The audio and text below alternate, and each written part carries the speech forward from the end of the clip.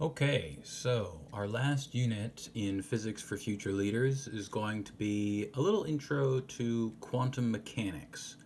And I would like to do this in this video by just describing an experiment, and I think it cuts to the very core of what quantum mechanics tells us about the world and some of the objects in it.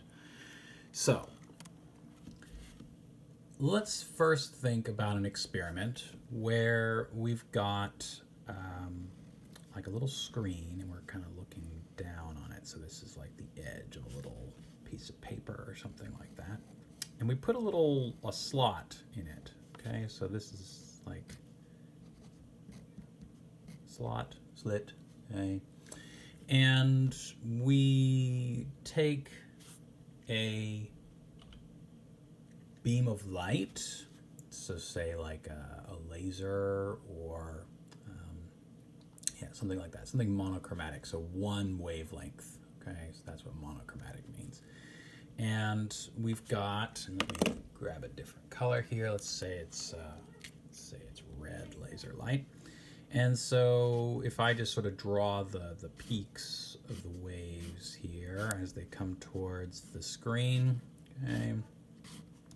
So this would be the wavelength of the light, and it would come in here, and it would hit that slit, and because the slit is much smaller than the extent of the wave, then what we get, and you get this same kind of behavior like if you did this in a water tank, and you put a little wall in here, and then you had a little aperture, and you sent a water wave in, what you get is these waves that are the same wavelength, but they radiate out from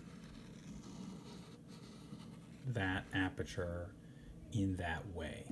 Okay? And what you get in terms of what you would detect, so let's do one more like that. And if you go over here and you have another screen, but this screen is solid, okay? What you would get is sort of a bright spot, right in line with the center of the slit. You'd get kind of a little band of color there. And if you were representing it in terms of its intensity, you'd kind of get it look sort of like this. It'd be really intense in the middle, and then it'd be dimmer on the edges. So if I were to draw that like laid out over here, you'd get really intense, and then you get kind of a little dimmer, little dimmer, little dimmer, little dimmer, and then a little dimmer, little dimmer, little dimmer, and little dimmer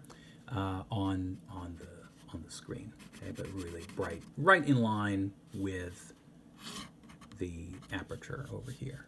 Okay, so that's what you would get if you just took a laser and you put it through this really narrow slit, and you'd get this bright spot on the screen, and you'd get that's it, right? Kind of what you would expect, right? Because everywhere else, it's not that there's no light energy, we just wouldn't really see much. Okay. Now, if you did that same thing with a bunch of particles, so say you have that same kind of setup, and you have this thing, and you have a screen. So here we'd need some sort of detector that would let us know whenever a particle hit it and where it hit. Okay. And if you had, a bunch of particles, usually this experiment you think about tiny things like electrons, but just think about, if you want, like bouncy balls or something like that. If you throw a whole bunch against this screen, then a few of them are gonna make it through the slit, okay? And what you would get is something that looked like this. You'd get a whole bunch of hits right in line with this thing, okay, with the slit, with the aperture, okay. But of course, this is so narrow that any of these things that happen to be coming in at some crazy angle would tend to mostly just bounce back rather than making it through and showing up, you know, sort of over here. So we get this one bright spot, just like we did with a beam of laser light, something like that. Okay? So everything's making sense so far, okay? But then, you know, let's take it one step further, okay? Let's say that we take this same experiment with the laser light, and let's see if I've planned ahead enough here so that I can do this. If we take that and we put two slits in the screen, so one here and one there, and we have our detector here, okay, our screen, okay. And we send in some light, and we have it all coming in here. And now it's like there's two little gaps in the wave tank, in the wall in the wave tank. And so we get this same kind of pattern, except we're going to get it radiating out from both of these things, like this, okay? And over here, let's see, maybe I should use a different color again. So we're gonna go 1, 2, 3, 4, 5, 6, 7, just like that, okay? And what this does, in terms of what you would see on the screen, is that you get interference between these two overlapping waves. You can see that they overlap. They're going to overlap in a specific way that's dependent on the width of the apertures and also the spacing between them. And what you end up with on the screen over here is a region of brightness in the middle, as you might expect, okay? So a band, say, right about here, okay? And then a gap, and then a band, and then a gap, and then a band, and then a gap, and then a band, and a gap, and a band, just like this, okay? And the reason that happens is because of the interference with the waves. What's happening here at the bright spots is that the two waves are what's called constructively interfering. So they reinforce each other, and so you get a bright spot where they reinforce. So bright being constructive,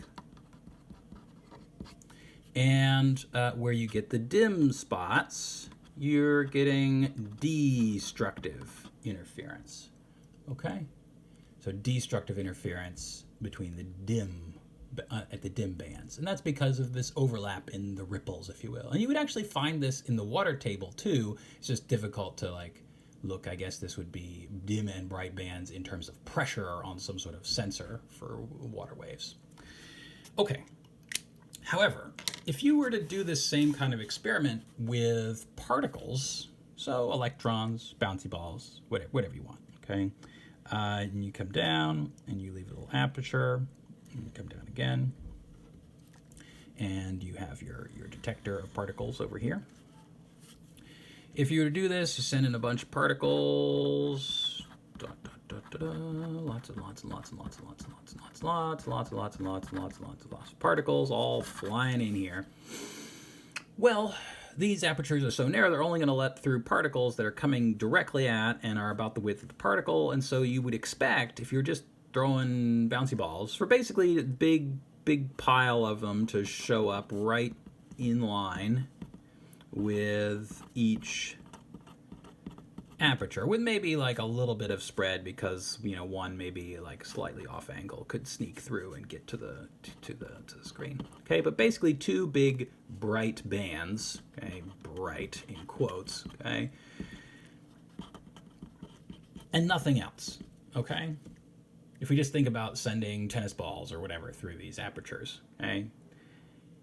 However, If you're talking about a quantum mechanical object, so not tennis balls so much, they technically do have a wave function, as we will talk about, but if you're talking about things like electrons or protons or neutrons or even atoms or things like of that sort, what you get is not this picture, okay?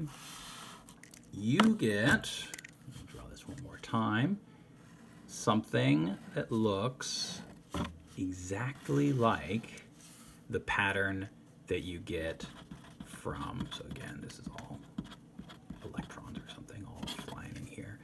You don't get what we see up here. What you get is bright, dark, bright, dark, bright, dark, bright, dark, bright, dark, bright, dark, and so on and so forth, okay?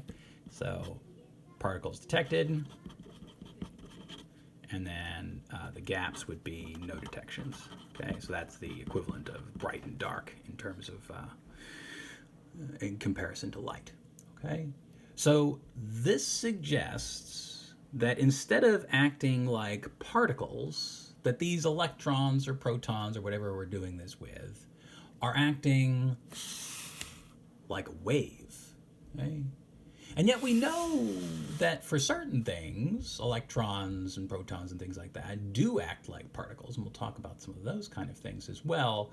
And so we have this conflict in our minds, right? And they did in the early 20th century when they were first doing these kinds of experiments and finding that things like light and things like electrons and things like protons and all of these sort of small scale things actually have properties of both particles, little bits of matter or mass or energy,